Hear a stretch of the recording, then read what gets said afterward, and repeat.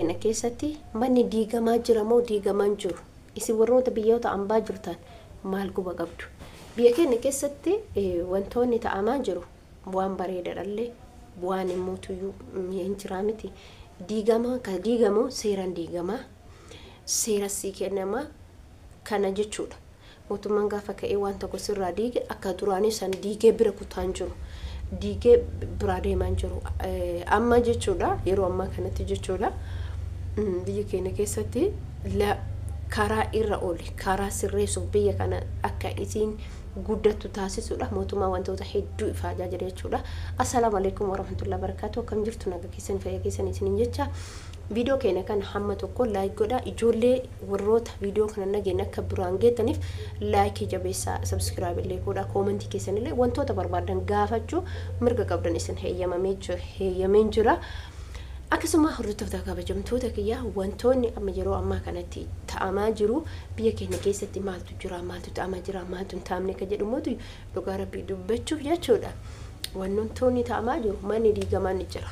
Garuu yoo jedhamu akkam isinitti fakkaata seeraan nama dhufee si lakka'ee karaa kanarra sirra oola. Fakkeenyaaf asitti yoo karaan kun jechuudha. Fakkeenyaaf karaan kun yoo irra hin oolin bira darba hin diigu. Yoo karaan irra oole villa fedhe maan taane yoo karaan irra oole sidiika lama sadaffaa immoo tuyyu ati bakka ni argatta jedhamee karoorri kanatu bahe kanatu akkas ta'e jechuudha. Garuu nuti hoo maal gochuu qabna?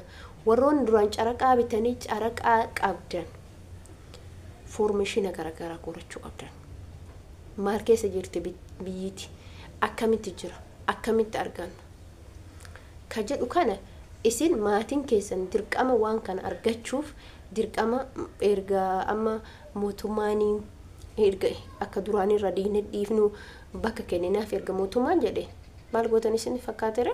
Erga mootummaan akkas jedhe isin maatii keessan taqattachiisuu qabdu. Maatiin keessan hordofuu qabu. Duubatti jalaa deebi'uu qabdu.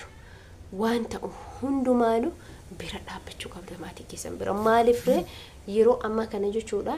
Ifaajeen keessuni akka lafatti hin banne akka lafatti hin hamne mana caraqaatu mana amma bargizee amma dhugaa rabbii dubbachuu waasniti mana seeran irbitu caala mana caraqaatu simeedha. Manni caraqaa akkamitti simeedha? Manni seeran bitu seera qaba. Galgalas ganamas dubbiin qabu. Seeran gibira kee itti gabbarte seeran gibira kee kafalattee keessa jiraatta. Mana caraqaa keessa mana seeraa keessa jechuun mana caraqaa keessa immoo jechaa bulta. Ganamas galgalas erga diigan dhaabbatee shanshanamoo wada jedhanii immoo namoonni caraqaa keessa galan galgalallee ganamallee gurri isaanii ala eega. Maal ta'inna yoo dhufee dirri keenya gara tokkotti ciisa. Amma immoo dhufee jira ka yeroon amma dhufee jira. Yeroo amma dhufee kanatti immoo dirqama isin fayyadamuu qabdan. Dirqama akkamitti fayyadamuu qabda? Wantoota namni itti jiraatu hundumaa ulaagaalee isaa guutteetiniin ati dirqama waan itti ifaajjee waggaa meeqa itti dadhabdee waggaa meeqa itti dhukkubsattee waggaa meeqa itti arrabsamtee jette san dirqama galmaan gahu qabda. Maaliif ifaajee kee duraa san hidhi qabe bakkatti ifaajee kee duraa san bakkaan gahe ifaajee kee duraa sun ifaajetii jedhe ammallee ifaaje gaaf amma ifaaje immoo rabbiin dadhabbii kee yookiin immoo mana caraqaa sanirraa si baase mana gaarii keessa si galchuu danda'a. Ani mataa na dhukkuba jettee dhiisuun qabdu. Ana kana jettee dhiisuu bira taruu qabdu. Wantoota jiran hundumaa maatii keessanii waan kana na hordofaa. Diigama jettanii dhiisina. Seeraan diigamaa jira moo dhufee ilaalame kana siin jedha malee si darbee si diigee si biraan taru. Seerri amma baay'ee bareedaadha. Ani na gammachiisa akka gama kootiiti. Dhufee si ilaalee si mattaree manni kee kanaatu irra oola asiin irra oola asiin irra oola. Yoo hafe mootiyyuu si hambisa. Saantii takka maan taane fakkeenyaaf saantii takka si hambisa jechuudha. Yoo karaan sun hin cufeen. Kanaaf isin jechuu barbaade. Isin immoo tuyyuu odeeffannoo foormeeshina biyya keessaa wanti namoota akkas yuutuubara dalagan maatii keessanirraa maatii keessan immoo dirqama takattalchiisuu qabdan. Dirqama jechuudha. Maaliif yoo maatiin keessan wanna san hin hordofin ifaajee ati waggaa meeqa ifaajje sun bishaan dhooti. Ati maaliif bishaan obaafte ifaajee waggaa meeqa? Duraayyuu guddaa xaarse miti.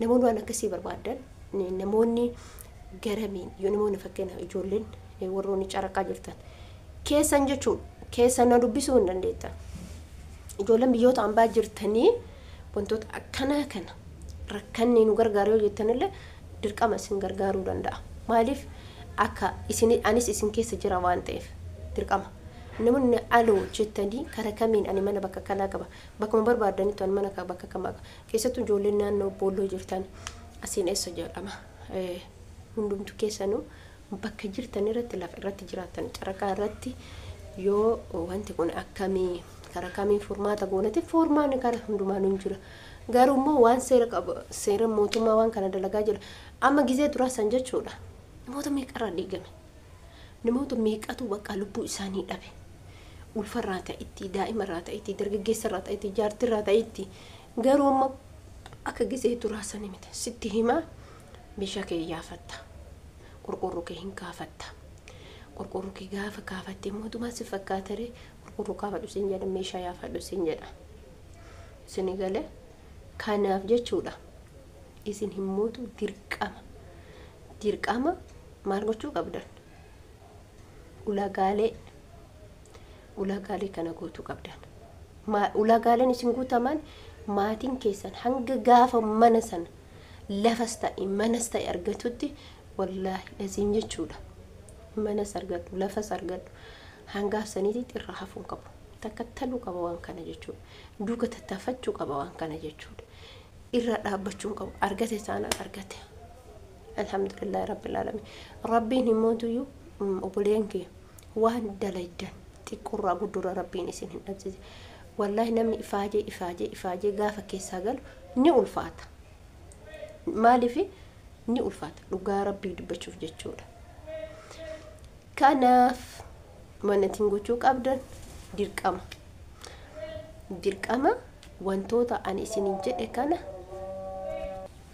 inshallah akkas godhuu qabdanii ani dhaamsa sarahatan isin dhaama dhaamsi sarahan isin dhaamu hiyyaaddeena wallaahi manaaf jettanii manni yoo diigames yoo dhiifames dubartii takkatu jedhan waggaa 22 biyya arabaa turte jedhan waan isin ajaa'ibu beekaa waggaa 22 biyya arabaa turte ni ijaarte ani bar garuu mootu waan na ajaa'ibu keessa sarahatan dhugaa rabbii dubbachuuf warroon waggaa 22 waggaa 10 waystura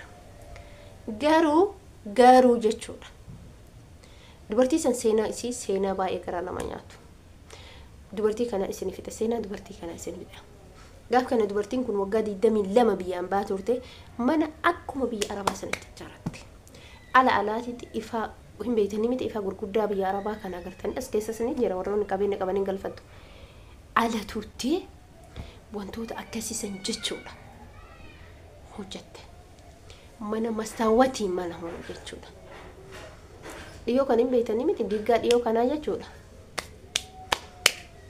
addunyaan hagana addunyaan gabaabdudha mil'uudhallee libsuudhallee waa tokko keessa hin jirtu ilaa dhagaa obboleen kiyya yoo argattanillee yoo dhabdanillee wallaahi harka ka tararra jechuu ka duuba tararra ka dhufu akkasii caalatti beeke qalbii ta'e gara tokkotti deebisa qalbii ta'e raahaa godhi jechuudha maaliif ila ati waan hundarrattu hin cinqamin sammuu kee of hin cinqamin ani beeka biyya arabaa keessatti yeroo turetti sammuu kiyya of cinqaa ture maal jechaa ture dhibee na qabate qixxim godhe kanaaf wanni isin jechuu barbaadu wanni isin dhaamu akka sarahatan akka obboleeyyanitti hin cinqa sammuu keessan of hin cinqina dubartiin sun kalas wallaahi lazi irraa digameti mana akkas jiru san jechuudha garuu isin waggaa dheeraa biyya dhagee ijoollee ammaatiif barumsa isinita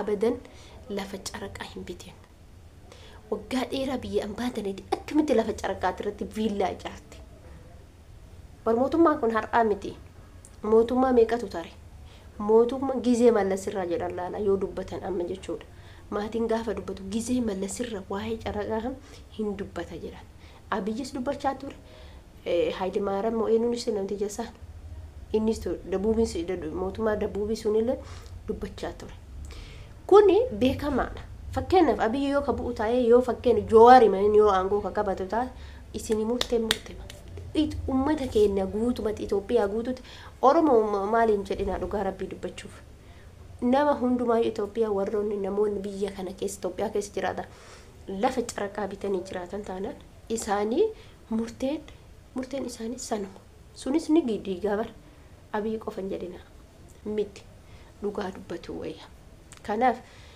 viidiyoo keessanitti dheeressee jira obboleen kiyya hirrifatina garuu viidiyoo keenya like godha share godha subscribe godha akkas isin jechuu barbaade hamma viidiyoo biraatti walitti deebinutti assalaamu alaykum warahmatullahi wabarakatuh jajjabaadhaan jabeessaa isin jedha rabbiin bakka jirtanii isin haa jiraatu bye bye